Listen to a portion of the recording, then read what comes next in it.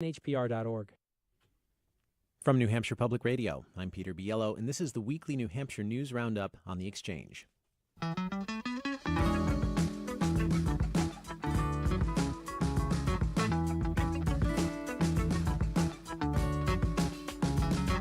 The State Liquor Commission and the State Employees Union exchange words publicly over whether state liquor store employees are put at risk by large, possibly illegal all-cash transactions.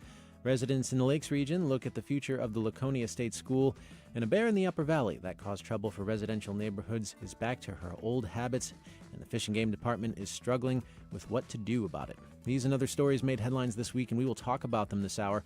You can call into the exchange at 1-800-892-6477.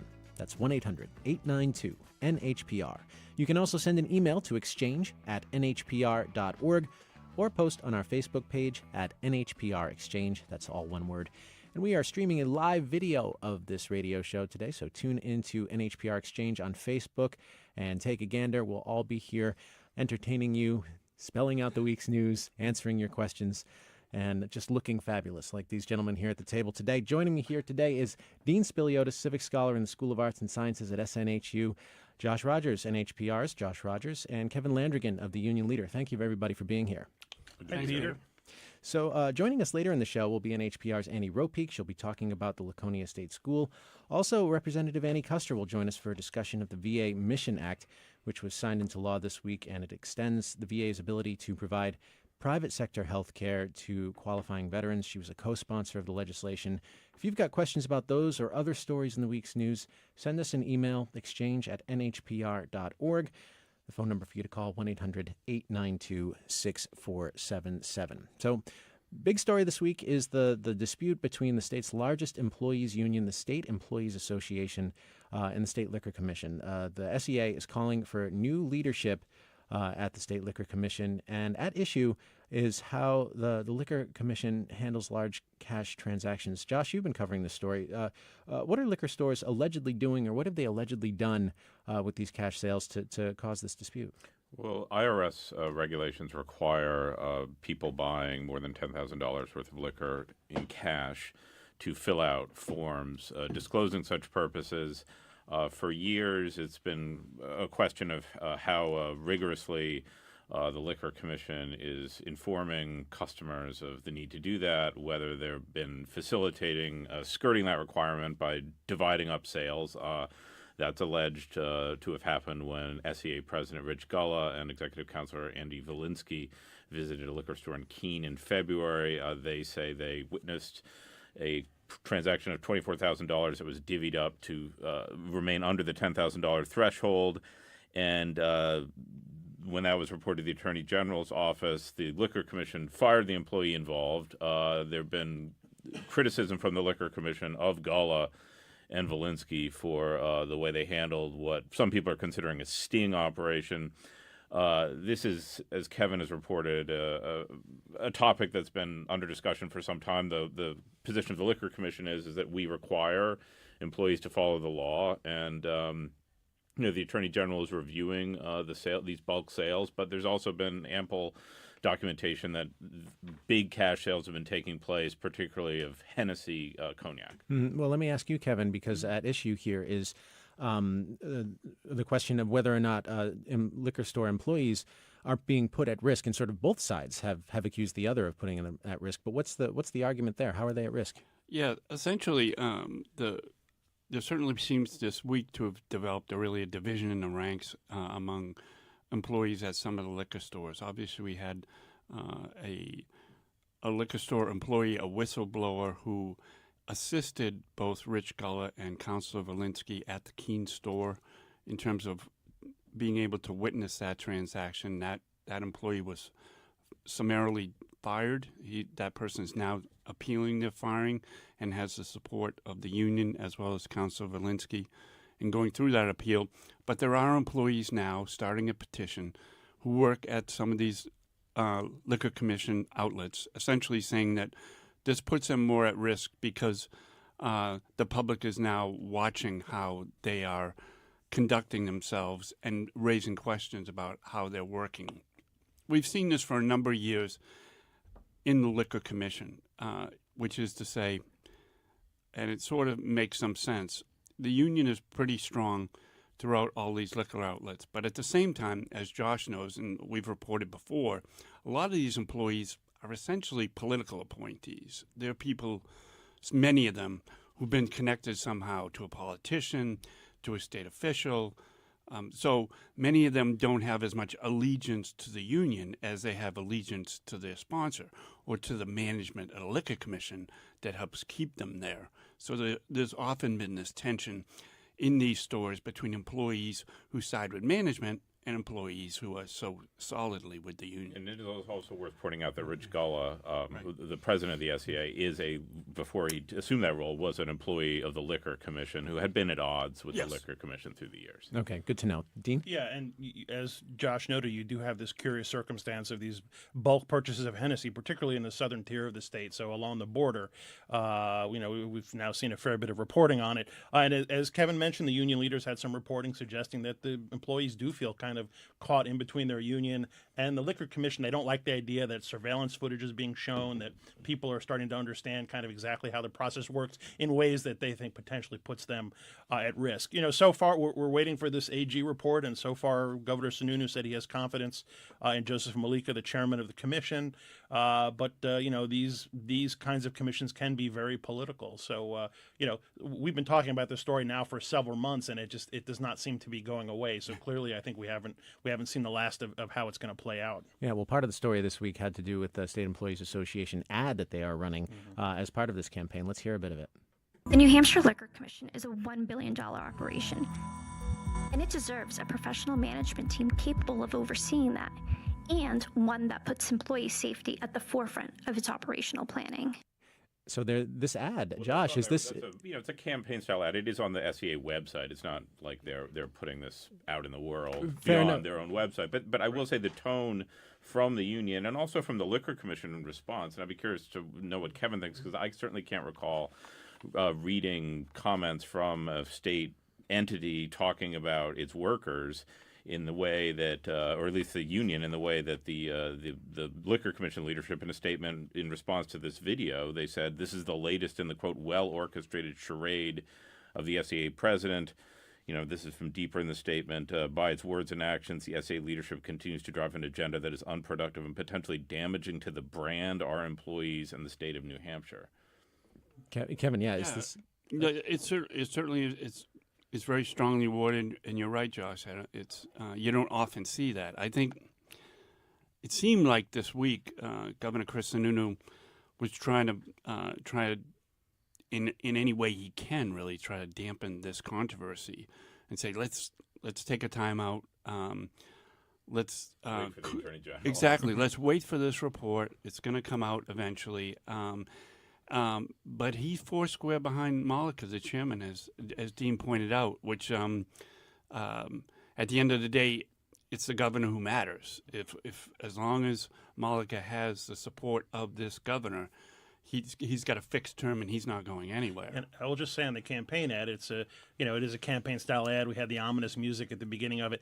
It's a tried and true technique to put an ad up on a website.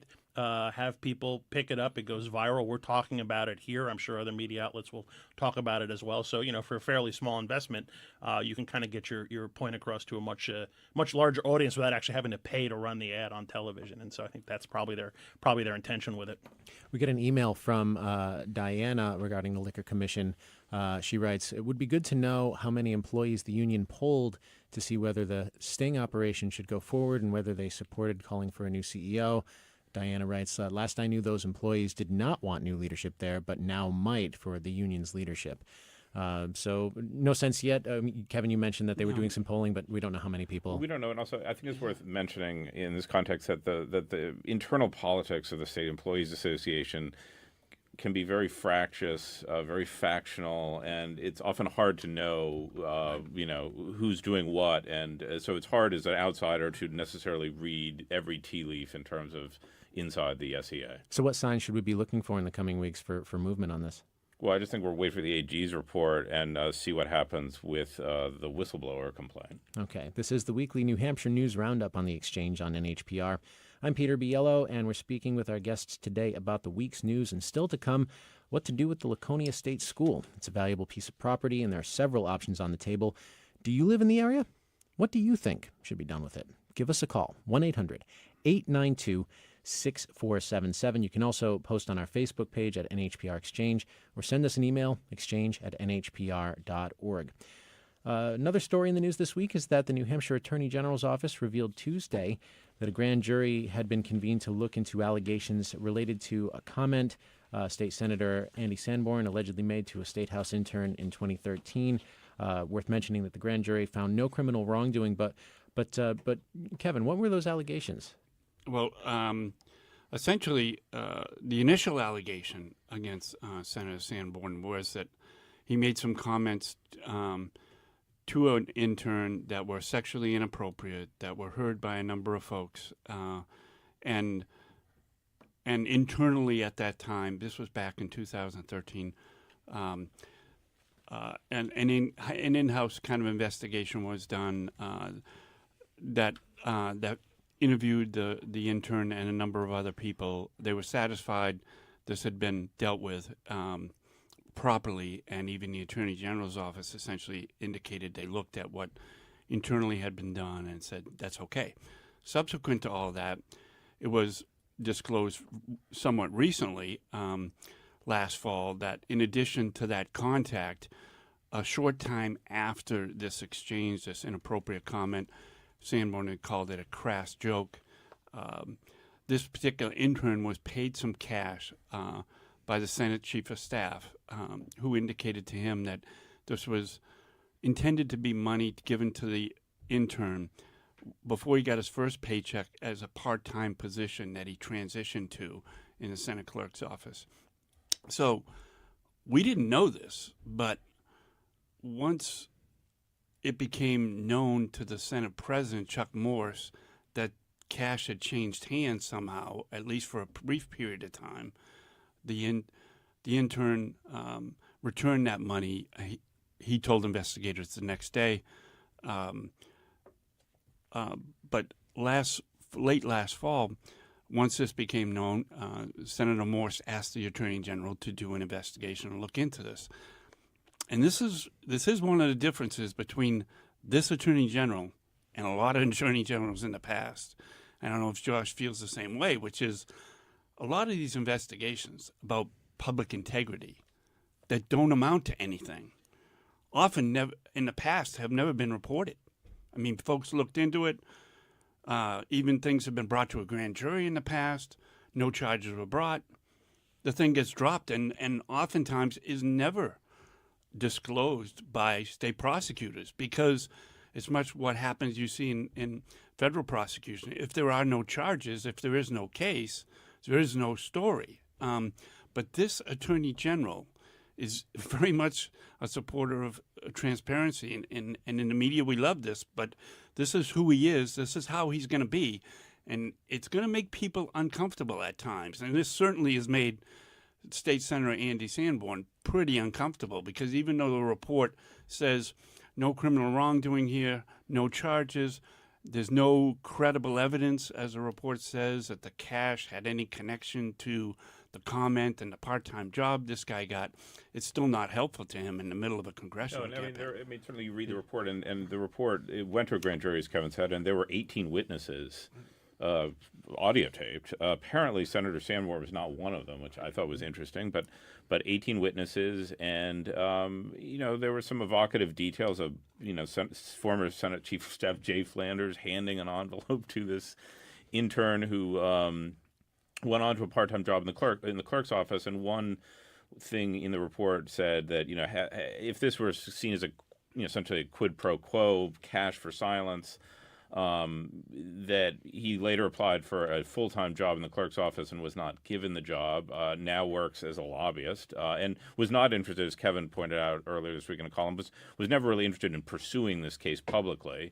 Certainly there's talk around the State House about, might this have been handled differently if this intern was a young woman rather than a young man. Senator Sanborn has said that one of the statements he's made in his own defense is, yes, this was a crass comment, as he put it, but this was made, he said, in the presence of his wife. One can make of that what one will. The political upshot of this for him as he's running for Congress, which we shouldn't forget, is unclear. I mean, there's certainly a lot, he hasn't done a great deal of fundraising. Most of his money, his campaign is his own. There's a sense that this candidacy is sort of failing to launch potentially. Zero support from his Senate colleagues. But, the voters aren't really paying attention yet. But as Kevin said, this isn't great news for him that we're talking about this crass comment. Yeah, I think it's a mixed bag in the end. I think on the one hand, it keeps bringing the issue back up for him to have to deal with it should his opponents in the Republican primary in the first CD decide to make an issue of it. On the other hand, he can point to the report and say it's been looked into. I've apologized for it. Let's move on. So I do think it's a bit of a mixed bag for him going into that primary in September. Really quickly before the break, let's talk about one more story that emerged this week. Josh, you were covering this one. The Governor's Council on Diversity and Inclusion issued a preliminary report this week recommending, among other things, that the state adopt the holiday Juneteenth, which marks the end of slavery. What did the report recommend? Well, the report laid out the procedural steps the commission is going to continue to go through, and it's worth remembering that this commission, as well as a civil rights unit in the AG's office, was formed by Governor Sununu in the wake of racially charged incidents in the state, including the, sort of alleged,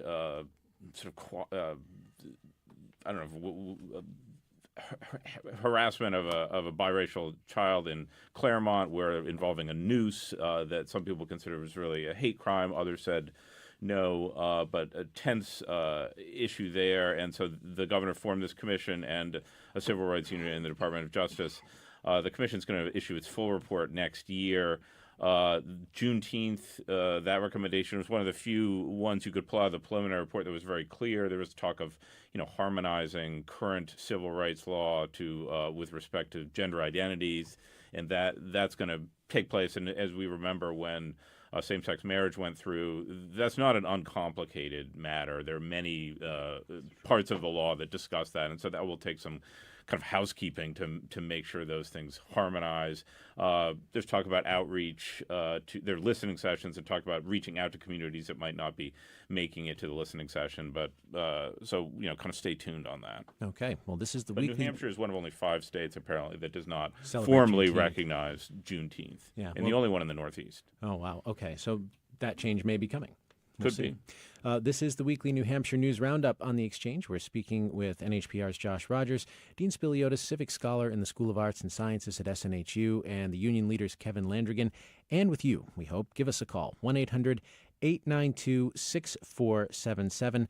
Coming up after the break, we'll speak about Mount Sunapee Resort and the fact that leases might change hands there. The state says it wants more oversight. What do you think about that? Give us a call, 1-800-892-6477. Email exchange@nhpr.org or post on our Facebook page at NHPR Exchange, which is where you can also watch a live video of this broadcast. This is the weekly New Hampshire News Roundup. I'm Peter Biello. We'll be right back.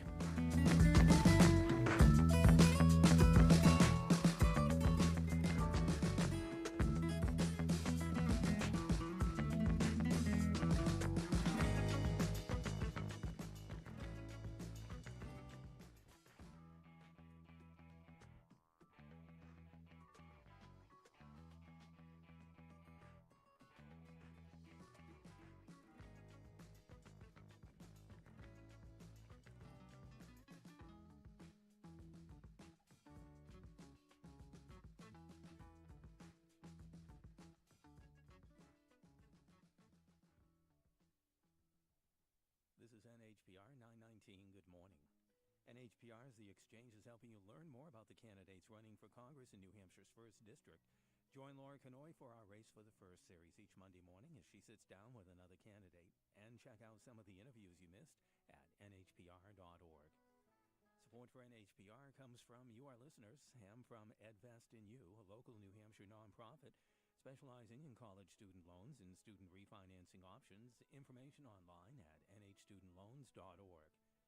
And from Massachusetts General Hospital, using research to develop treatment for complex conditions, all to help their patients get back to their lives. Mass General, revolutionizing care. Mostly sunny for most of the state today. Some gradual clearing in northern New Hampshire this afternoon. High temperatures lower 70s in the north, ranging lower 80s in the south. It'll be mostly clear tonight. Low temperatures mid-40s northern New Hampshire, ranging mid-50s in the south. This is NHPR. This is the weekly New Hampshire News Roundup on the Exchange on NHPR. I'm Peter Biello here in the studio with Dean Spiliotis, civic scholar in the School of Arts and Sciences at SNHU, and the author of the website NH Political Capital, Kevin Landrigan of the Union Leader, NHPR's Josh Rogers, and NHPR's Annie Rupeek, who in just a few minutes will be speaking to us about the Laconia State School. Hi, Annie. Welcome. Howdy. So before we get into this part of the program, just want to let you know about the conversation we're scheduling for next week. It's part of our Race for the First series. Host Laura Conoy is sitting down with candidates running in New Hampshire's 1st Congressional District, and on Monday she'll be speaking with Maura Sullivan. What questions do you have for her? Send them now to exchange@nhpr.org. And remember, you can listen back to all the interviews in our Race for the First series at nhpr.org or subscribe to it. Subscribe to the podcast wherever you get your podcasts. So let's get caught up on the Sunapee story, because Colorado-based Vail Resorts says it will acquire Mount Sunapee Resort, but the state says it needs more oversight than it has. Josh, you've been covering this, but before we get too deep in the weeds, help us understand what's being acquired here. It's not the actual mountain, it's not the property, but it's a lease, right? Well, it's Mount Sunapee Resorts, It's the resorts. and the lease, and what's it in, and the Vail has announced that it's going to buy Triple Peaks LLC, which the company owns Mount Sunapee Resort. It owns the Okemo Mountain Resort in Vermont and Crested Butte in Colorado. In their statement, Vail said that the land lease transfers involved in New Hampshire and Vermont, Sunapee and Okemo, will require clearance from state regulators. But Attorney General Gordon MacDonald has raised the issue that the way that the New Hampshire structured its original deal back in 1998, a leaseholder can't transfer or sell a lease without state approval, which had been the case in 2008 when the first transaction involving Sienna Lifestyle Properties took place. Throughout, there's been the Muller family has managed the mountain. But when Ziff Capital Management, a controversial hedge fund, took over in 2017, they structured the deal in such a way that it eluded state oversight. Specifically, the Sunapee lease agreement allows the state to intervene if the company holding the lease sells or transfers the lease, but there's no contemplation in that original agreement for the state to intervene if the company holding lease is bought by another company. And so we don't know how this deal is structured. Attorney General Gordon MacDonald raised this issue when Ziff acquired this in 2017, and he raised it again this week that ideally this provision would be revisited to ensure the state has a place at the table in terms of approving this lease. But we don't know. We know that Vail has said it expects the states of Vermont and New Hampshire to have say-so, but we don't know the particulars of the deal. Governor Sununu said he learned of the deal only about 15 minutes before it was announced. He got a call from Tim Muller, who was the manager, and he told reporters that it's his understanding that the Mullers are retiring. He said Vail's highly reputable, could be a good partner, wants to know more, and Attorney General MacDonald would like the lease provision revisited. Dean? It's true. Sunapee has certainly had its critics in the past, particularly over expansion and the potential for building of additional housing. Some people have criticized the owners for being, a little bit secretive. These deals sort of catching people off guard. The reality is skiing is essential for New Hampshire tourism. The industry is consolidating. People want greater amenities. I've been skiing at Sunapee for probably almost 25 years now, and it's been a steady improvement in amenities. They now run year-round. They have an adventure park in the summer, and you're seeing that around the state and country where these ski resorts need to basically become year-round entertainment destinations in order to stay financially viable. And Vail has said that they will pump about $35 million into Sunapee and I think a couple of other resorts. So that's the issue, kind of balancing the concerns of conservationists and people who want to protect the natural beauty of the Lake Sunapee region, balancing that with the economic viability and pretty significant changes in the ski industry that we've seen. And I think Sunapee has been trying to keep pace with that, and my guess is Vail will given kind of the consolidation in industry, Vail will continue to move it in that direction. Probably in a more predictable way than the hedge fund that Josh just mentioned. Yeah, I'm sure a lot of the citizens in the Upper Valley, though, that, as Dean alluded to, wanted to keep Mount Sunapee the way Mount Sunapee always was, just as a small traditional ski area and not much more than that, is concerned when they see a behemoth in the industry like Vail Properties get involved here. There's a lot of property in adjoining mountains that under the lease can't be developed unless it's somehow privately acquired, and then it would require all kinds of other approvals, including by the state. And I'm sure that's going to be what residents up there have questions about.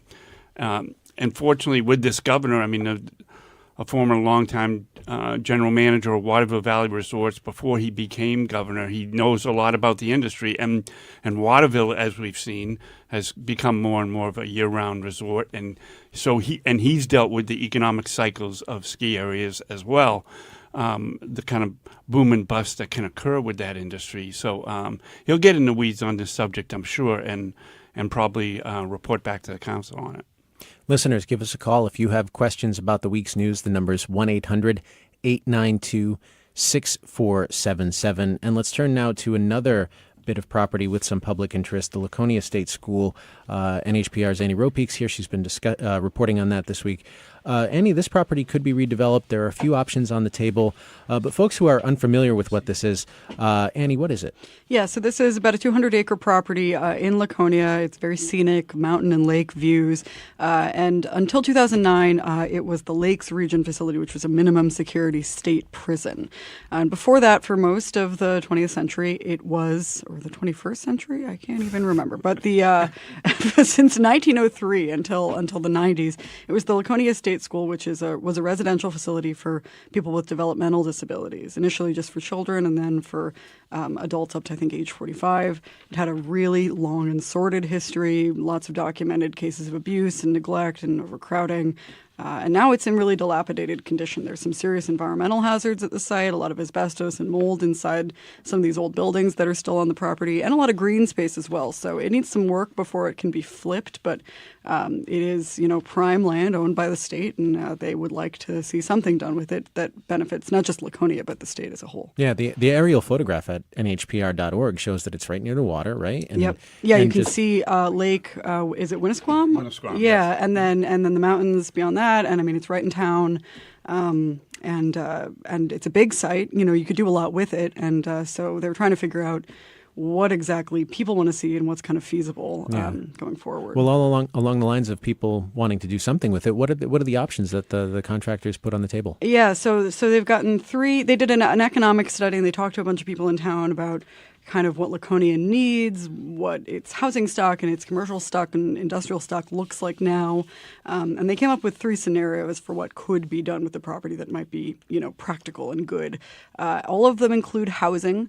One of them centers completely on housing. They found that housing was a big economic obstacle to growth in Laconia, that they don't have enough places for workers to live, and so they can't grow economically in that way.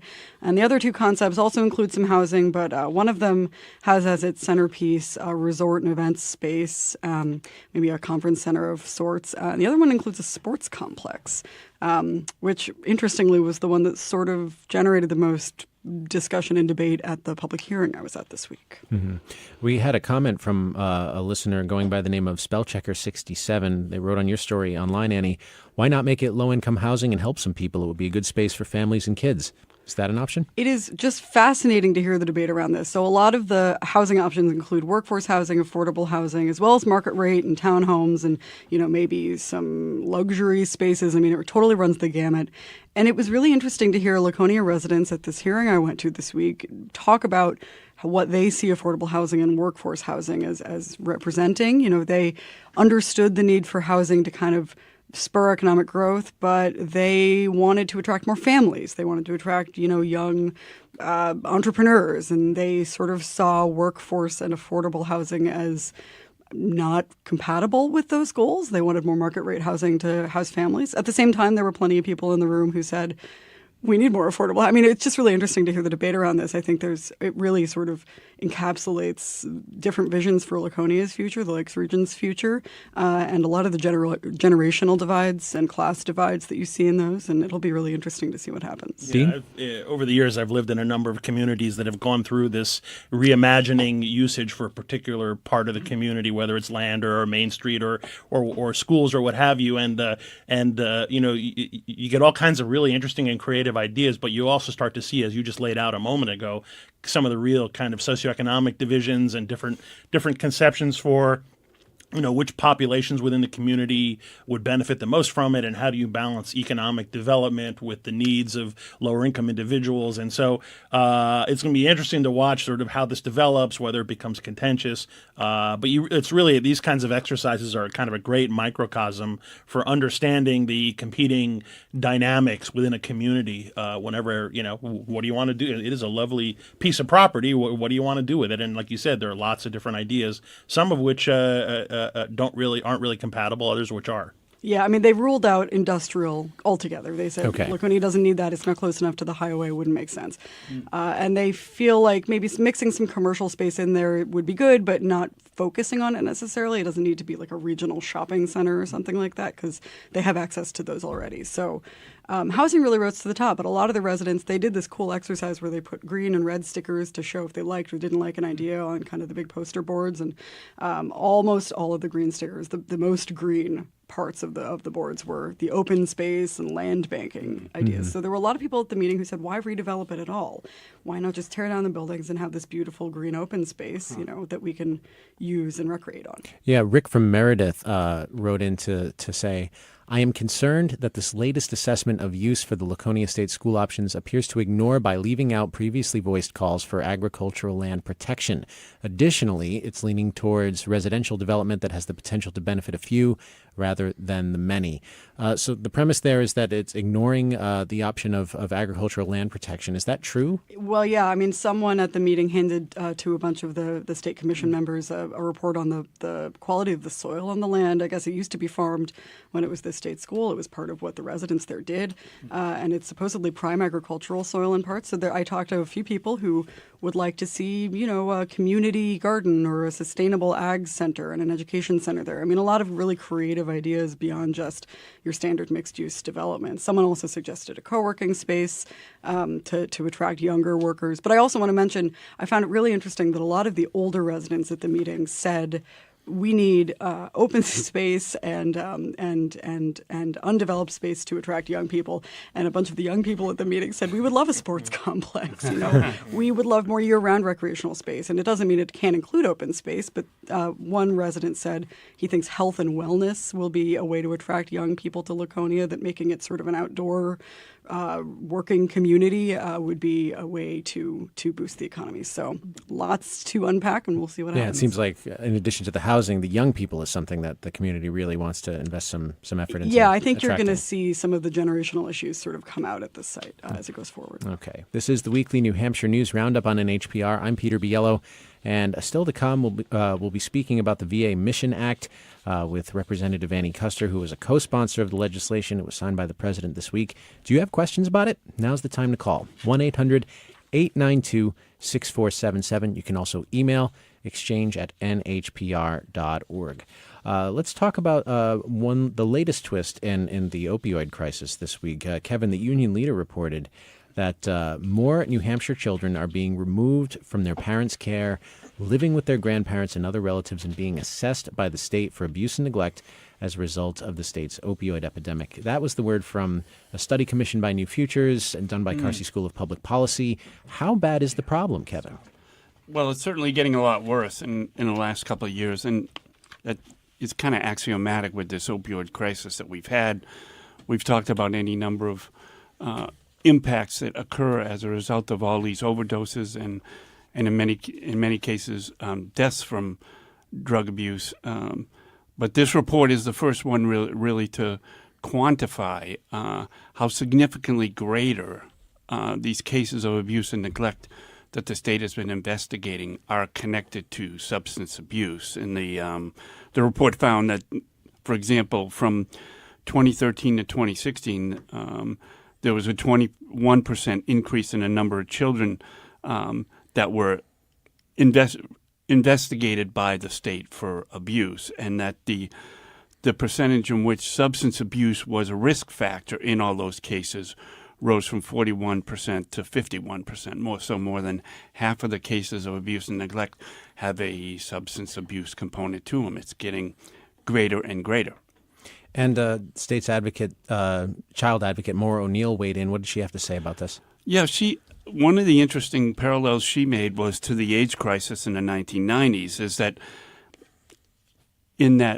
these children are kind of the forgotten component of this crisis. We look at how do we interdict with these addicts? How do we get these folks treatment that they really need? How do we get them off the street, get them housing, get them services? And in many cases, these children become the almost unrecognizable or unnamed statistic, because in so many cases, as this report indicates, the child's removed from that couple, and in many instances can't have much contact at all with their real parents, and that's obviously a very sad tragedy. Yeah, two of the most frequent stories I've seen in the news on this topic have been this hidden cost of children. Very heartbreaking stories about a parent who's had an overdose in a car and the child's in the back seat. And then I've also read a lot of stories about the grandparents finding themselves in a position that they had not planned for, which is raising their grandchildren because their child is dealing with an opioid addiction. So this really is kind of a hidden cost of this, and it has to be part of whatever larger solutions the state moves forward with. And one of the other interesting things about the report was that I found notable was it looked at where are these kids ending up, and in only 1/3 of the cases they're actually ending up with relatives of the parents. So in 2 out of every 3 cases, these kids are essentially getting put in places where they had no previous contact before, and placed with people who may be providing the greatest of care but don't have any connection at all to their real parents, and can't help these children deal with the trauma that has occurred as a result of their parents' abuse. You're talking about temporary foster homes? Is that the idea? Yeah, essentially most of them are put in licensed foster care, or almost half of them are put in licensed foster care. And there are also group homes. About 1 in every 5 are put in large children's group homes. We've already talked about that system being heavily taxed. Is it taxed Yes. in terms of the kind of the usage and Right. and overextension of people's ability to provide care for the kids? And New Futures, the group that commissioned the study, they were calling for policymakers to fund programs that support and strengthen families, to adopt prevention strategies. Did they ask for anything in particular in the wake of the study? One of the things we saw during this legislature was a real push for early intervention funding for a lot of these private nonprofit providers for DCYF that assist in DCYF, and trying to get more money out the door to these programs to help basically serve kids and families at the beginning of the crisis, not after the crisis is full-blown. Well, listeners, just as a reminder, you can find the stories that we're discussing today linked at our website, nhpr.org, and the conversation continues after the break. This is the weekly New Hampshire News Roundup on NHPR. We were speaking earlier with NHPR's Josh Rogers and Annie Ropeek. Thanks to them for joining the conversation. Still in the studio is Dean Spiliota, Civic Scholar in the School of Arts and Sciences, and Kevin Landrigan of the Union Leader, answering your questions. If you have them, give us a call, 1-800-892-6477, or email exchange@nhpr.org. We'll talk about the VA Mission Act and those pesky bears in the Upper Valley after the break. Stay with us. This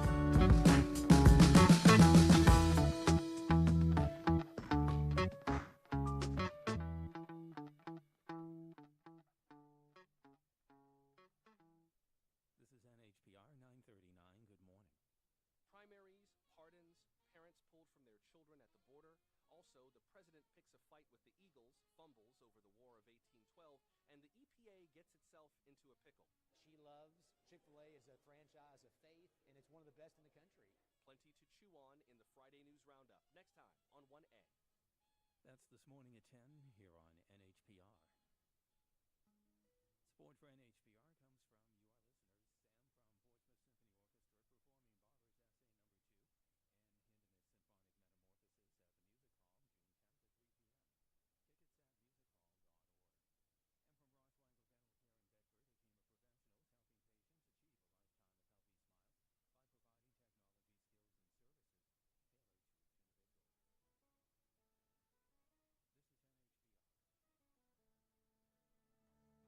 from Portsmouth This is the weekly New Hampshire News Roundup on the Exchange on NHPR. I'm Peter Biello here in the studio with Dean Spiliotis, civic scholar in the School of Arts and Sciences at SNHU, and author of the website NH Political Capital, and also Kevin Landrigan of the Union Leader. Give us a call to join the conversation, 1-800-892-6477. And we're going to talk now with Democratic Representative Annie Kuster.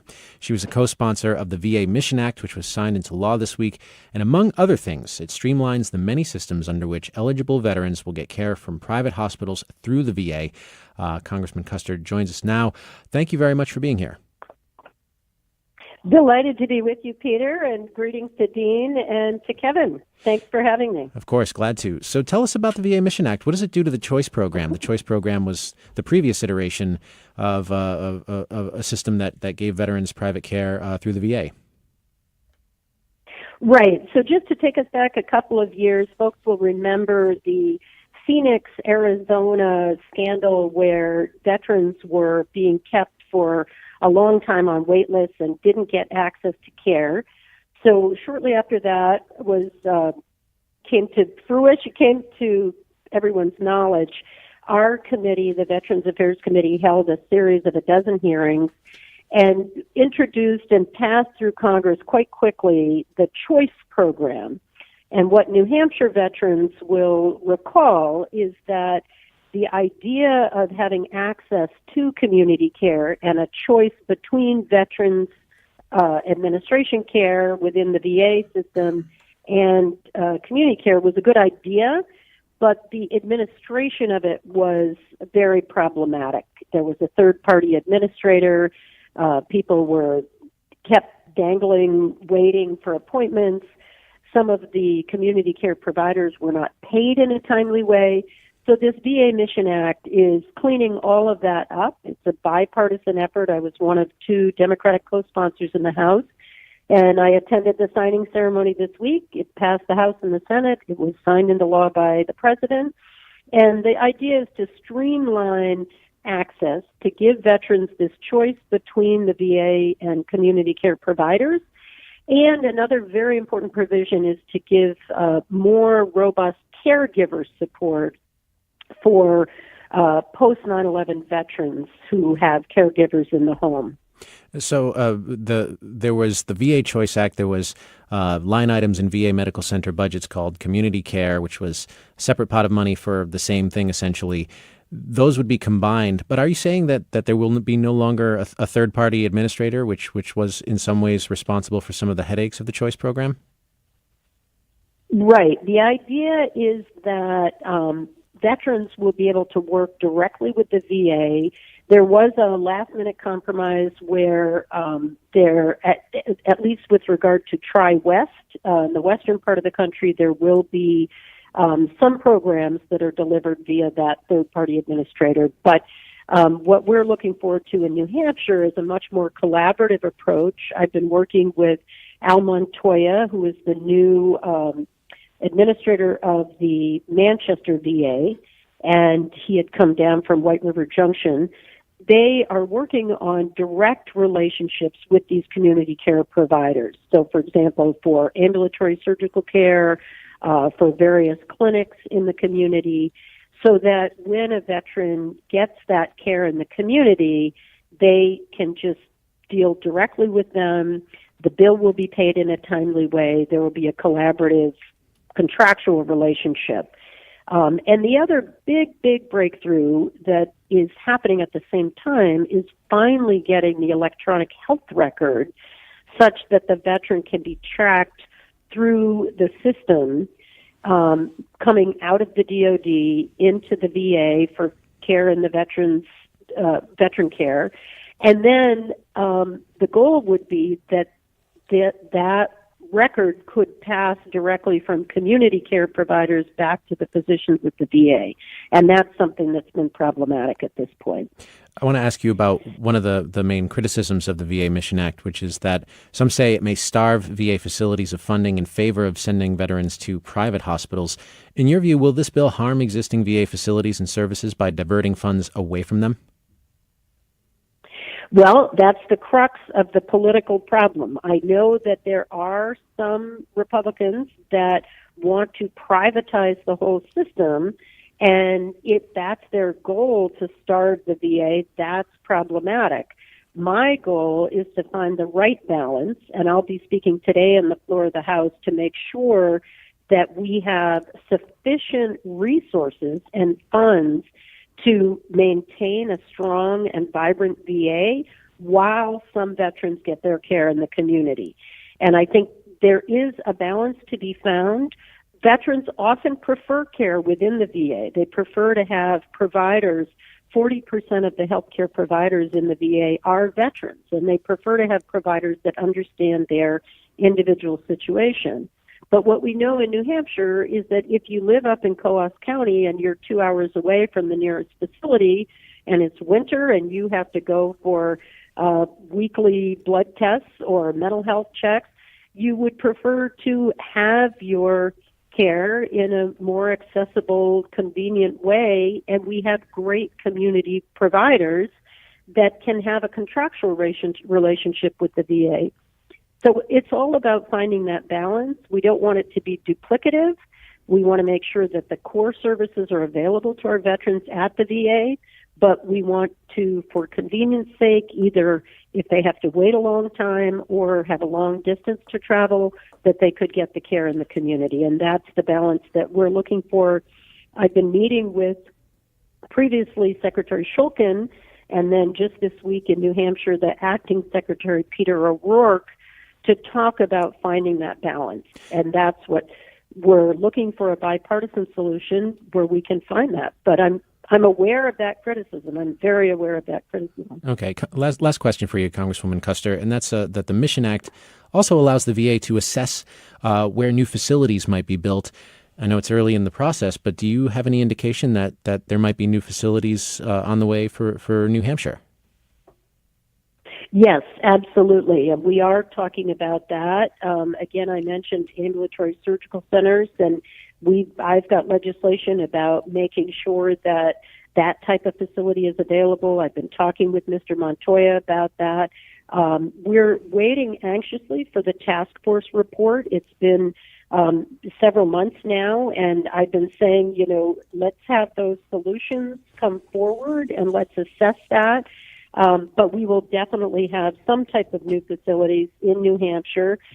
We already have a brand new CBOC up in Littleton, New Hampshire. That's the community outpatient care that's run by the VA that's been very successful. So I expect New Hampshire will see new resources, and that's what I'm speaking on later. Peter, I just want to say very quickly, because I didn't want to leave the wrong impression, that more robust caregiver support will extend beyond just the post 9/11 veterans. So all eras, if they're family caregivers, they will be compensated fairly, and I think that's a really important part of this bill as well. Well, Congresswoman Annie Kuster, thank you very much for taking some time to speak to us about it. Well, thank you for giving me the time on your show, and I will be fighting for veterans every step of the way, and I very much appreciate your interest. You have a great day. Thank you very much. This is the weekly New Hampshire News Roundup on the Exchange. Really quickly, while we're still on the topic of veterans, Dean, a year ago, Congress passed and the president signed the Whistleblower Protection Act. Now this June, we've got the Mission Act. Seems like veterans issues are the bipartisan issue that really can reach the president's desk reliably. Yeah, veterans issues are always very important, both in terms of policy and in terms of electoral consequences for not following through. I thought that phone call really encapsulated the challenge that Congress is facing in striking a balance between improving facilities by pumping new money into them, particularly when there is this undercurrent among some conservatives for privatization, and doing a better job of of integrating veteran care into the surrounding community and kind of striking that balance. The other obvious implication for Congresswoman Custer is, one of her potential challengers in the second congressional district is Stuart Levinson, who is one of the original whistleblowers, and he's been very critical of Congresswoman Custer, saying she was kind of late to the game and not really involved until she was pushed to do so. So that's an interesting subplot that's going to play out until November. Yeah, a couple other Republicans in this race, Steve Negrin, Lynn Blackenbecker, both recognized veterans who had some accomplishment in that field. So, but your question was very apt about show me the money. And meaning show me the money for the support of the existing system. Because, just as Trump is signing the Missions Act, the Washington Post is reporting the Trump administration is working against legislation to actually fund it, because many in the Trump administration really support privatization and don't want a robust VA infrastructure system. So there is this tension that's going to continue to occur. We'll have one more story to discuss here, and that is usually at this time of the week we talk about an animal story, and usually it's a funny, happy story, but it's not quite happy this week. It's actually quite serious. Bears are once again sort of a nuisance in the Upper Valley. Just this week in Cornish, police shot a bear that was killing chickens and not running off when confronted by humans. Didn't seem to be afraid of humans, which is not a good sign. Joining me now to talk about human-bear interaction is Andrew Timmons of New Hampshire Fish and Game. Andrew Timmons, thank you very much for being here on the Weekly News Roundup. Thank you. Thank you for having me. So you've been monitoring some bear activity in the Hanover area. What's happening there? Yeah, I do want to just reiterate. We don't view bears as nuisances. We do know bears can get into conflicts with folks, but Right. it's really about doing our part so that we can coexist with bears. But as far as what's going on in Hanover, probably many of the listeners recall kind of the long, drawn-out story regarding the Hanover sow. We ended up trapping and moving the yearlings last year, but the sow at that point in time had broke away from the group, and she actually kind of disappeared out of Hanover for most of the summer. So no action was taken. Well, she showed back up in Hanover late fall as expected, but really didn't cause any conflict. And then this April, she was spotted with 4 cubs of the year. And at the time, it was really too early to relocate that bear north, because it was still very much winter time in the north. So we made the decision to put a radio collar on her. A GPS tracking collar is a better description. And because of that, we have the ability to know where she is at any point in the day. And we've been working conjunctively with Ben Killam on this project, but also, the real person on the front lines is the Assistant Fire Chief of Hanover, Michael Hensley.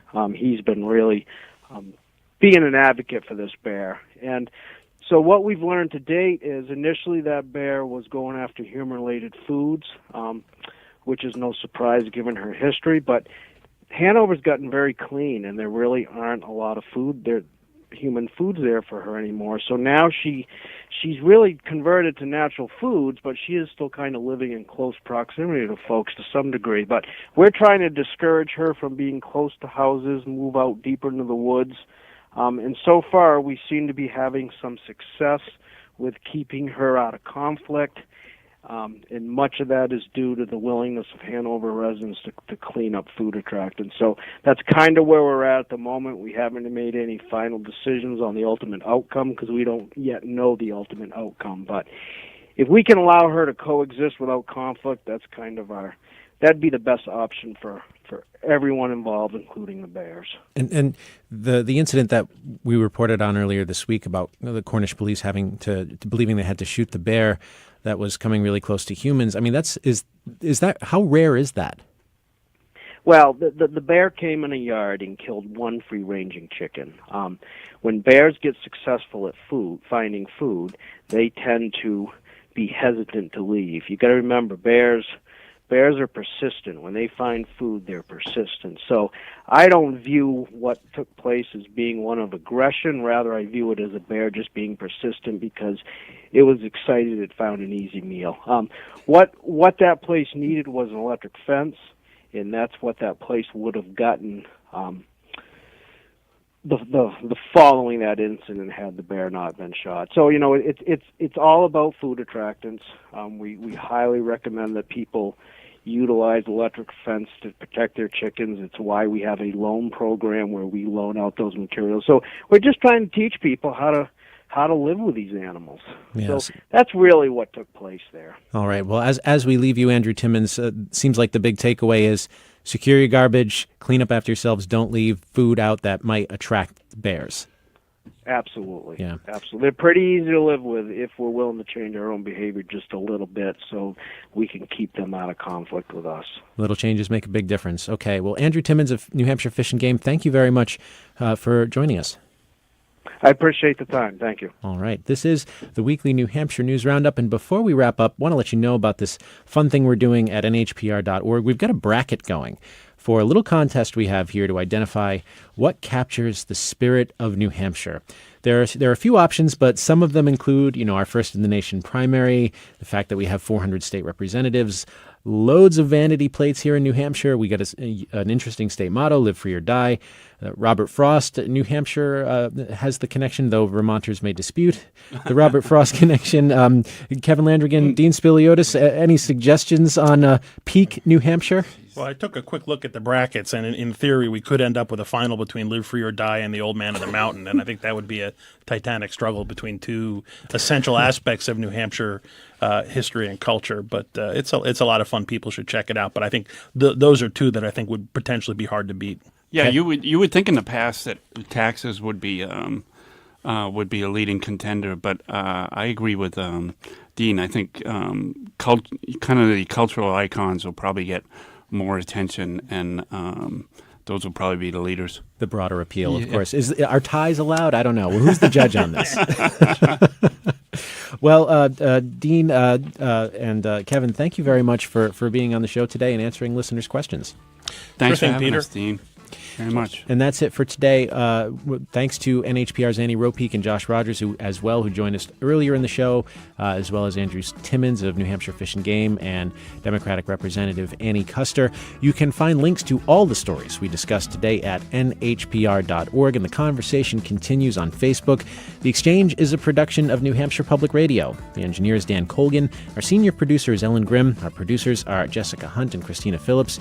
Our intern is Abigail Sleeper, and our theme music was composed by Bob Lord. I'm Peter Biello. Thank you very much for listening.